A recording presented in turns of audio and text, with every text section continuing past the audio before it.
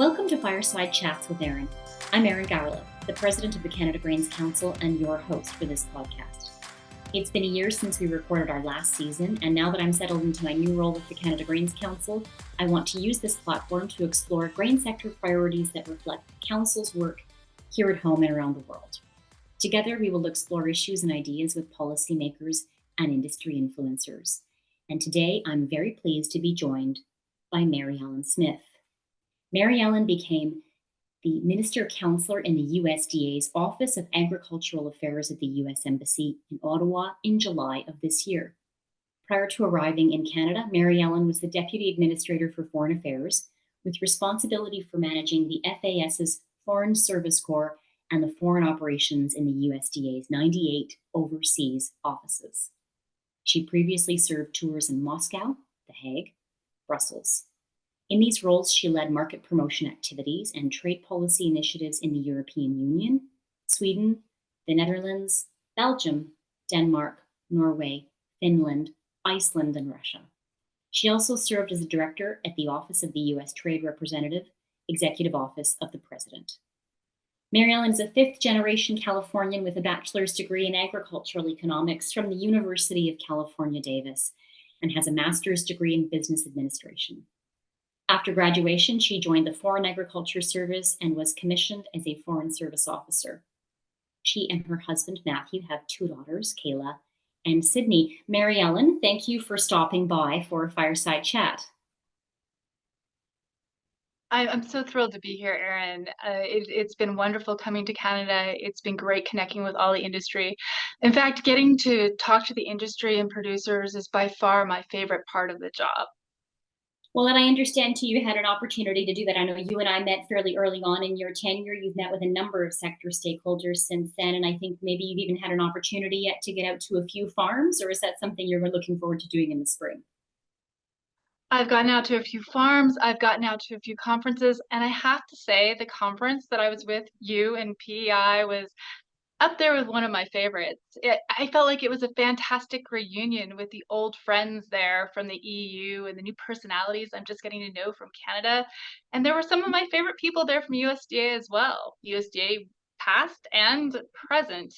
I really want to thank the Canada's Federation of Agriculture. You know, they're a small but mighty team, but they really went to all lengths to make that an absolutely fantastic event.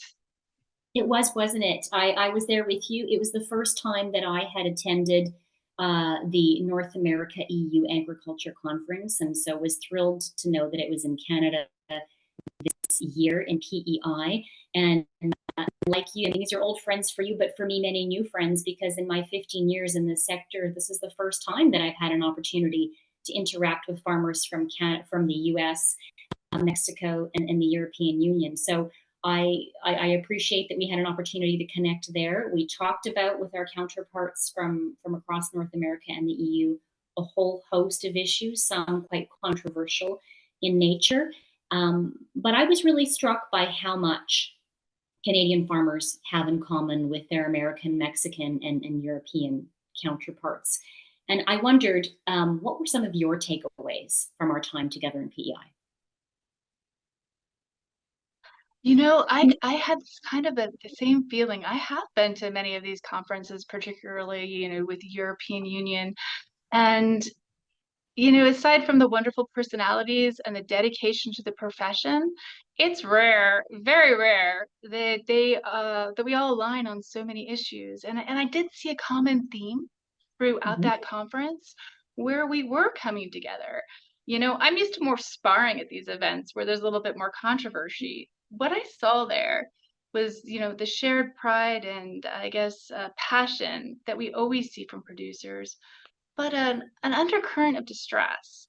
Mhm. And distress over the same thing. There were, you know, a few years back, I may have heard some resistance to climate change, and I didn't hear that. I didn't hear that. I heard like sustainability being embraced and celebrated, but that common undercurrent was a fear of overregulation in the climate arena. You know, having ambitious targets set by maybe entities that don't know agriculture, and that stringent requirements could actually threaten the economic viability of agriculture and the potential misalignment between policies, between what Canada does versus the EU versus the United States, could threaten trade. Um, there was also a resounding support for participating in the conversation on climate smart practices, but an uncertainty. There was an uncertainty among the participants on how exactly to move forward. You know, as I mentioned, it is so powerful, extremely powerful when we have producers from four major exporters agreeing. I would hope that maybe the next step from that could be if they could get out together in front of some of the regulations and they could explain what they can do to participate in this conversation. I would love nothing more than if this group could show the world how they can contribute to reducing carbon emissions before they're told what they need to do. Absolutely, I could not agree more. I felt the exact same thing. It was really quite powerful. And I expect that you've interacted with a number of these organizations in the past because you've worked in a very impressive variety of important jurisdictions throughout your career with the USDA. You know, agriculture sectors in Canada and the US are export oriented. And so international policies like predictable open access to international markets and science-based trade policies are cornerstones, not only to a profitable agriculture sector, but I would argue more importantly and increasingly global food security. I'm reflecting on a conversation that you may have been a part of early on in the conference in PEI when reference was made to the addition of the words food sovereignty, for example, that have recently been added to France and Italy's agriculture ministries. And we can look more recently at the Mexican decrees on GMO corn, for example, as some specific examples of the way in which the conversation is changing. So I'd like to get your take on this. You know, has the global conversation around the important role that trade and science-based policies has that evolved during your tenure? And if so, what are some of the challenges and opportunities facing the sector today? Erin, that's a really fun question. Because I've worked in this industry, trade now, for almost 30 years. And started doing it before we had laptops and cell phones. So no, dinosaurs weren't quite roaming the earth, although the technology might seem like it was. Mhm. And the trade environment was so different. It was so different back then. Back then our biggest concern was dirty tarification. For those of you who don't know what that is, that's where countries would kind of pad their tariffs prior to negotiating reductions. And then, we had this proliferation of trade agreements in addition to the WTO tariff reductions. So dirty tarification kind of went away. But as tariffs came down, it seemed that, out of the ashes, we started seeing more sanitary and phytosanitary barriers. Actually, it just wasn't an increase. There was a skyrocket, a load of them coming up all different directions from different countries. Some thought to offset the access that was creating as tariffs went down.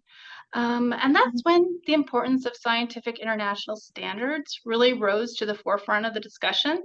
As it did in all conversations about managing risk, we can't have zero risk.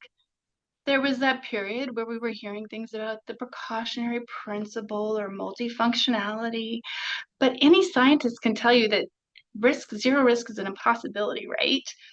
But when we started seeing things like pesticides coming under scrutiny, technology in different sectors, I don't understand it. I don't understand why in agriculture, technology gets sometimes looked at as the villain. It's so critical to all other sectors, right? Transportation, health, AI. But in agriculture, it's a little suspect. It seems the temptation to introduce non-technical voices into the food safety discussion has emerged, and it's not the case in other sectors. And now we're even seeing the conversation evolve to another element, and that goes back to what we were kind of saying with the climate and the environment. Increasingly becoming part of the agricultural trade dialogue. And I like to say that because there was actually a time in my career when I couldn't talk about, environment at all. But I'm also torn as, is this a potential trade barrier or is it an opportunity? You know, either way, we are very much in the midst of how this discussion is evolving. And how is this discussion evolving now in light of some of the recent events? I mean, when you think about when countries convene in these international forums to discuss the challenges, related to climate change, to what extent are governments now acknowledging the impact that some of these agri-environmental policies might be having on production and the unprecedented rates of global food insecurity? I might invite you to comment on a US led initiative in this space, which I think is the right initiative and it was presented at the right time. And I think it's the right response, and that's the Sustainable Productivity Growth Coalition. But I would invite your comments on the ways in which you see this conversation evolving, if at all, and the role that the coalition might play. Sure. I'm really happy and I'm proud to say that it is a presidential priority right now, uh, protecting the climate and the environment. Our Secretary of Agriculture is absolutely embracing it and leading in a number of environmental forums. It's interesting because we are deviating a little bit in our approaches. I want to say, I'm going to brag on my country for a minute, or maybe two or three. We have some ambitious targets in the United States as well. We've been out there saying we want to achieve net zero greenhouse gases by 2050. I'm going to say it again because we've heard that number a lot, but the United States aims to achieve net zero by 2050. But we're approaching it a little bit differently, maybe than some other countries. I'll use Canada, for example, because I've heard like Canada wants to achieve net zero as well, but they are approaching it in different sectors. We're not requiring agriculture be net zero, but we're looking at it more holistically. And I think it's because not all sectors are created equally. So you have to have a little bit of flexibility to have it, even out over time. One of the things that the United States has done that I'm so excited about is I kind of said in the beginning, we're not all sure how we're going to achieve these targets. We all want to, but how are we going to do it? And what we've done in the US is we have put out a request for climate smart projects. We just did this last year, and we had a plot of about $2.8 billion that we were going to invest in these projects. Well, what did we get? We got 18 billion in proposals. And we ended up giving out all of that money, and we're hoping to showcase some of those very important projects. Then, of course, we have been very, very active in some of the international forums, as you suggested. Um, we have the climate smart initiatives out there. The Sustainable Productivity for Growth and Coalition was launched in 2021. There's also Aim for Climate, which strives to accelerate investments in climate smart agriculture, simply, like I was explaining that we are doing. Um, when I first came back to Washington, it was 2018. It was very, very different. And that was not long ago. I was in charge of that time when I first came back of the International Organizations Office. And at that time, USDA sent one person, one person to the UN's Conference on Climate. Now we send teams led by the secretary, and that's how serious we are taking our leadership role in some of these forums. My personal hope on how this will evolve is that we know no one country can do this on their own. You can't fix a global problem one country at a time. You need to go under the umbrellas of these international organizations. Maybe you can set targets at a macro level, but how each country achieves their targets needs to be tailored to what and how they can do it based on their own agricultural economies and challenges. I like to use the image that there are many ways you can get to grandmother's house. You don't all have to take the same route. You can bike or fly or drive. Heck, we're in Canada, you can probably ski, right? There's no one right way, just as long as you get there in time for dinner. The environment discussion, same way. There's water mitigation, there's integrated pest management, digesters, cover crops, no-till, no one right way. But this is what's important as we all go about our different ways of achieving these goals. And I'm going to say it slowly because I really think this is the key, is in order to offer this kind of flexibility, we need to have a common way of measuring, monitoring, and verifying. I think that is going to be the framework for how we get recognition for all of the different economies that we're going to be able to achieve. And then, of course, there has to be some way of giving back to those that go through the effort to institute these systems. And that can either be through like carbon credits or securing a premium for climate smart content. But again, it has to go back to how are we going to measure, monitor, and verify these systems. I couldn't agree more. I think, and that was one of my takeaways too from the conference experience in PEI, was that where many of us were all working towards the same goals, but when you consider a farming operation in Canada by comparison to the US, Mexico, and Europe, all very different, needing to take different approaches. But when I look at the relationship between Canada and the US, and I appreciate, thank you very much for citing the many initiatives that are underway in the United States, showing tremendous leadership in this space. How can we work better together, the two countries? We are very like minded with respect to our approach to trade and science based policy. So, how can we take that like minded approach, our common interests, and how can the two countries work better together to influence international policy in the right direction? You know, thankfully, the US and Canada are aligned in many, many facets of agriculture, including their, as you mentioned, their approach to trade and technology. I do, though, want to caution that I do see some hints where we could be diverging on some really critical tools in that toolbox. You know, I see some different approaches at times to MRLs and potentially packaging. Our markets are so integrated, Erin. Canada is our biggest, I'm sorry, we're Canada's biggest market, and they're our second biggest market behind only China. And so we really need each other, and we need to have similar policies, and we need to continue sharing a common voice in the international arena. And I think we've been doing that. You know, one of my favorite parts of working overseas is partnering with like-minded countries, and it's always been diplomats from Canada.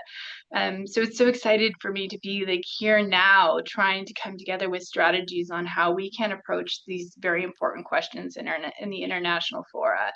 And so it is making sure, I think, that we share some of the common, I keep going back to measurement tools, but, you know, getting aligned as we go into these international forums, as we're both figuring out, we've identified it's really important that we do have climate smart policies. It's really important that we get a premium for them. We need to attack food waste. So I love it when I hear our higher up politicians getting together and talking about these exciting things. And it's as we decide how we're going to implement them, that is so very important. Making sure our policies are synced and motivating progress by raising the bar together. And it doesn't work if one goes up faster or farther in a different way. We have to go and approach these international organizations in tandem. You know, one painful lesson that COVID taught us was really the critical importance of a reliable supply chain. And different approaches between Canada and the US, well, that threatens that. And going into international organizations, maybe with a different ideas on some of these things, whether it's MRL or packaging, I think threatens it as well. Well, I'm thrilled to have you here in the nation's capital with that energy and enthusiasm and a vision, I think, towards greater collaboration on some of these issues. I appreciate that. You mentioned in your remarks on areas where the two countries may be moving in different directions, and it's certainly been an issue here for the agriculture sector in Canada, and that is around the establishment or determination of maximum residue limits. And So my Yeah. question to you would be, to what extent, in your experience, have US officials been engaging with their Canadian counterparts on pesticide policies, including the decisions around the determinations of maximum residue limits? Yeah, Erin, it's interesting because that's one of the issues that no matter where I've served has been heavily debated. But I think luckily, even in some of the markets that are the most skeptical, at the end of the day, they really do understand that in order for farmers to feed a growing population, we need to embrace applications and technologies which promote and improve crop quality and yield. And pesticides can be beneficial in that part of the equation. Sure, we need prudent use. It's always going to be a necessary consideration. And both the United States and Canada have very rigorous science-based approaches to evaluating the safety of pesticides. A science-based approach to evaluating the health and environmental risks continues to be encouraged and promoted by the United States. We closely follow Canada's decisions on pesticides policies. The United States and the EPA, our Environmental Protection Agency, regularly engages with Canada through Canada's Pest Risk Management Regulatory Agency. And these issues and we address these issues at a technical level, I think, because we do appreciate how important it is that we address these issues in a similar way. We work with Canada through the Regulatory Cooperation Council and more broadly through the North American Trilateral Technical Working Group.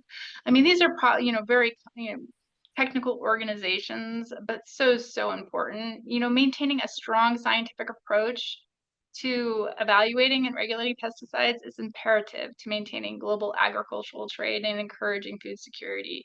You asked me some questions earlier on about food security, and we're talking about a population by 2050 that's going to be 9.3 billion people. We cannot in any way not use technology because there's no other way to address some of the issues and challenges that are coming with climate without technology, without pesticides.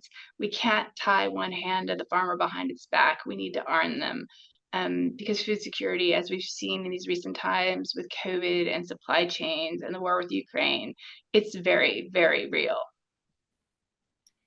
I want to ask you about one of these challenges specifically in the global landscape. Canada Grains Council members were very pleased to see our government step up in support of the US's formal request for the formation of a dispute resolution panel under Chapter 31 of the USMCA, or CUSMA, in response to Mexico's agricultural biotechnology measures, which was the recent decree or decision to ban the import of GM corn for use in dough and tortillas intended for human consumption. Can you comment on this file, including the impact that the Mexican decree might have on corn producers and in the US, and then more broadly, to the extent to which you think this might serve as a dangerous precedent, and why it's important for governments' international obligations to remain science-based given trade agreements and international standards?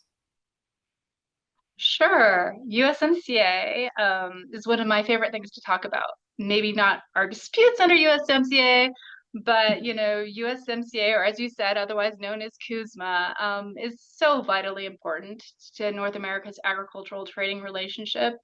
And it's going to continue to strengthen the rural economies in every state and every province. Our trilateral agreement was really one of its first of its kind and undeniably one of the most successful. So honoring its commitments is really a cornerstone to the success, right?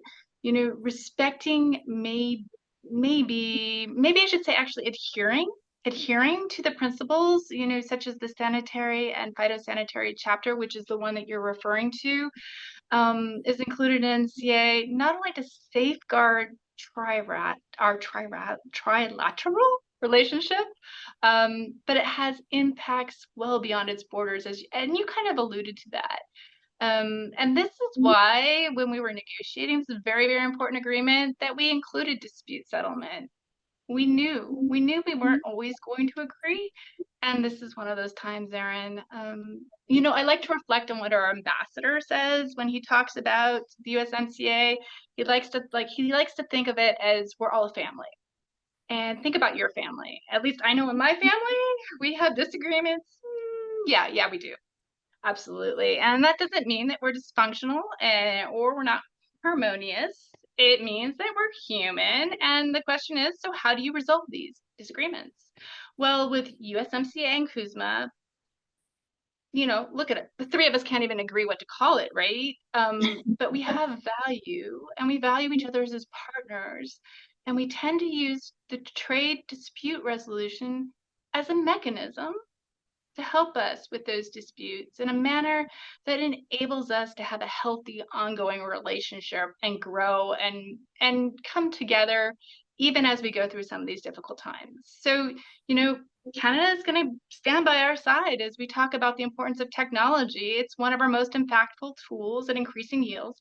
I recently heard, this is a fun statistic, that without crop protection and plant breeding innovations like biotech, farmers would need 44% more land than they do today. So working at defense technology in this agreement and in the international fora, and we are so grateful that Canada has joined us in pushing back on some of these measures. So now it's time to put forward our arguments and let the process play out in the way that the three of us, Canada, United States, and Mexico, designed it to. Excellent. Thank you. I want to ask you a question that I asked Sonny Perdue when he was a guest on our show last year. It's clear, it's clear that, like Canada, the U.S. certainly has its share of citizens and activists who don't understand or accept the important role that some of the innovation that you're talking about plays in our sector. How can governments, in your view, reconcile the activist pressures that they're facing with the interest in remaining science based? That has been a conversation that has followed me throughout my career, and it's difficult, right? The dynamic of civil society and food, it's interesting and it's important. What it comes down to is people need choice. The conflicts are going to arise when, as it does actually, if you think about most of the world's most political questions and controversies, it arises when people try to impose their own values on others and maybe limit choice. And that's what we need to avoid as we go forward in this conversation. Part two of that formula for disaster, I'll call it, is failure to communicate. Science is extremely sophisticated and not always easily understood by all. It's really our government's mission and duty to keep us safe. And it somewhat comes down to the degree of trust we put in our government to do that. We need to trust the scientists and we need to provide choice. The, the problem really arises when the minority becomes more vocal and hence more influential and actually tries to limit our choice. I've had conversations with government officials, not in your country and not in mine, that will actually admit the vocal minorities have swayed food safety policies. And Erin, that is so dangerous. We need to listen, we need to engage, we need to educate, we need to debate. We don't always need to agree. We need to make sure folks understand there are bigger issues out there of global hunger, food security, climate at the risk and the balance of these debates. Most politicians and citizens protesting the uses of some of these critical tools don't have a deep understanding or appreciation for the time, effort, and dedication that goes into producing our food. Couldn't agree more. I've been quite specific, Mary Ellen, in my line of questioning for you. So I want to close with two questions for you. The first is really giving you the opportunity to, a couple of open-ended questions for you to respond to some of the opportunities and challenges facing Canada and the US. And so, on that specifically, what opportunities do you see for the US and Canada and our collaboration, specifically on non tariff trade barriers to trade that are affecting grain exports? Well, luckily in the grain sector, it's not overly fraught with non-tariff trade barriers like we see in some of the other commodities. This is a sector where the foundation of all agricultural successes is based on our basic building block of being able to produce those grains and oilseeds. So many countries, so many sectors are dependent on our ability to continue to produce a reliable, consistent food supply in these sectors. The biggest threat is probably, we keep going back to the MRLs, and it's because it's such an important, the maximum residue limits. It's such an important element of food production, and there's a temptation to politicize them. That is probably the biggest threat is limiting our ability to access and move forward in food using the new science that's coming. We've seen the past science and we've seen how it's been demonized. Can we move forward with new innovations in a way that they're embraced rather than threatened? We've seen the US and Canada continue to advocate for these kind of advancements, and really gaining support in such a critical sector. Mary Ellen, I have a personal interest in the topic of leadership, having studied it as part of my graduate degree, and I think that increasingly the unprecedented challenges that we're facing require unprecedented leadership. So I want to close all of my conversations by asking my guests to weigh in on the topic. My question for you is this: you served as the deputy administrator for Foreign Affairs, whose job it was to manage the foreign agriculture services in the USDA's 98 overseas offices. You were based in Washington at the time, and so the team around the world reported in to you. Depending on where in the world they were, I would imagine this, it's running 24/7. Tell me a bit about what that experience was like for you, both personally and professionally. Erin, it's interesting because that was a big responsibility. But no matter what level you are leading in, I think that there are some common threads. That was carrying the responsibility of the health and safety for 500 people, but not only 500 people, but their families. And as I reflect back on it, though, there's some things about leadership that I think are pretty consistent. And one is as people ascend to that level, there's some people that get excited and they're just, oh, I'm here now. I'm in charge. Things are going to be done my way. Well, that's the biggest misconception. Leadership doesn't mean that you're in charge, but rather that you're responsible for those in your charge. That could be your staff. If you're a politician, it could be your constituents. If you're in business, it can be your associations. In community level, it can be your parish or your club. You're responsible for those people that look up to you. And in order to serve them, you have to really understand the importance of communication, because everyone is coming from different backgrounds, raised with different beliefs, and formulated from different experiences. So one of the things that took me a while to realize is that the lens that I'm looking at things can be very, very different from the others. And that the way people receive and react to information can be very different. What might be normal to someone might be extreme for someone else. You only know if you ask and you communicate. And people are only going to follow you if they think you understand them and if there's mutual trust. And you get that by offering transparency. And, as I speak through these things, it's the same with getting through an international negotiation. You only make those breakthroughs with your partners if they trust you. Whether it's an international organization, an office, or even a household, mutual understanding is essential to finding any solution. And unfortunately, in this conversation, I feel like I've been on transmit rather than receive. I see my job here as hearing and understanding the Canadian perspective. So I can help craft solutions that benefit both of our countries. I'm very, very privileged to be here serving with our top agricultural ally, our top partner, and our friend. And Erin, I want to thank you for giving me a forum here to explain my perspective. And I look forward to the next 3 to possibly 4 years of understanding the Canadian one. I'm so pleased and excited to have the opportunity to introduce you to the stakeholders that you haven't already yet had the opportunity to meet in our sector across the country. So thank you very much for joining us for today's conversation. It was a good one. Absolute pleasure. And thank you very much for tuning in. I hope you found this episode as thought-provoking and inspiring as I did. Remember, these Fireside Chats with Erin are monthly, so mark your calendars. We will be back in November with another great conversation. You can connect with us through Twitter at Canada Grains Council to stay up to date on all of the work that we're doing. Stay connected with us for more engaging conversations that delve into the heart of the grain industry. You can catch us on your favorite podcast platforms, including Spotify, Apple Music, and YouTube.